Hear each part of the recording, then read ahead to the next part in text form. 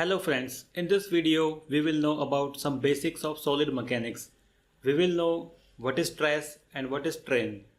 First of all, let us start with what is stress. The stress is defined as the internal resisting force offered by a body when an external force is applied. So we have a body which is shown in this diagram and we are applying a force, that is F, in the both directions. It means we are pulling this body from the both sides.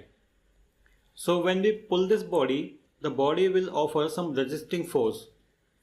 So stress is defined from resisting force, that is stress is equal to force divided by area. Stress is represented by the symbol sigma, that is equal to F by A. So this area is the area of cross section that is highlighting in this blue color. Most of the time stress is defined in the unit Newton per mm square, that is equal to megapascal.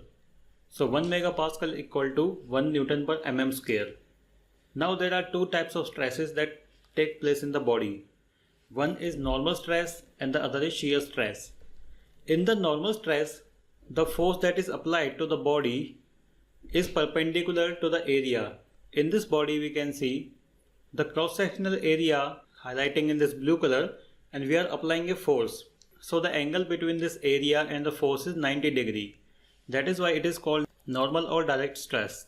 In the other part we can see we have a body that is placed on some another body and force is applied in the parallel direction to the area. So in shear stress, force acts parallel to the area concerned. So in this diagram we can see the force is applied in horizontal direction and the area is also onto this plane. So both are parallel to each other. This type of stress is called shear stress. Next we will know what is a strain. So strain represents the deformation in the body, and strain is defined as the ratio of change in dimension to the original dimension. Now change in dimension can be, there may be change in the diameter of the body, also there can be change in the length. For example, we have a rod, the length of this rod is L. Now we are pulling this rod, we are applying a force that is P on the both direction and we are pulling this rod. When we pull this rod, its length will increase. Now we can see in the diagram B, its length is increased by delta. So strain is defined as, that is represented by epsilon, is equal to change in length. So change in length is delta divided by the original length. So original length is the L. So in this way strain is defined. Next is the Hooke's law. So Hooke's law is used to correlate stress with respect to strain. So according to the Hooke's law, stress produced in a body is directly proportional to the strain up to the elastic limit. So elastic limit is the limit up to which the body regains its original position when we remove the force. So from this definition we can write it as stress is directly proportional to strain. So sigma is proportional to epsilon. So we can write it as sigma equal to epsilon into E. So this E symbol represents Young's modulus, or we can call it modulus of rigidity. So Young's modulus is the property of a material which is the ratio of stress to the strain. Basically the units of Young's modulus is gigapascal. For example, in case of steel, the value of E is 210 gigapascal. After this we will know about what is Poisson's ratio. For the Poisson's ratio, let us consider we have a body.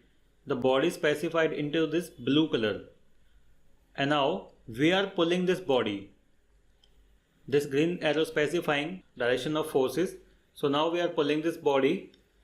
So when we pull this body, there will be two strain that will be produced into the body. One is called longitudinal strain. Longitudinal strain means the direction of force and the strain is parallel. The other is lateral strain.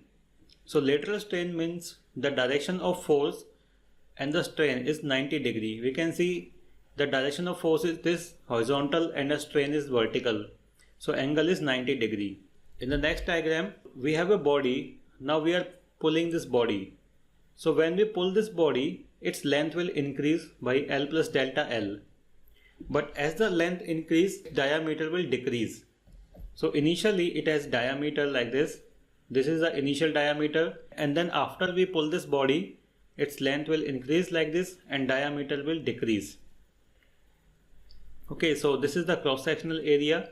So we can define as longitudinal strain, that is strain along the length, that is delta L by L. Lateral strain, so lateral strain is delta B, that is width of the body, or we can define it as, if we have a circular cross section, we can write it as delta D by D, that is diameter. So the Poisson's ratio is defined as the ratio of lateral strain to longitudinal strain. So we can write it as delta D by D divided by delta L by L.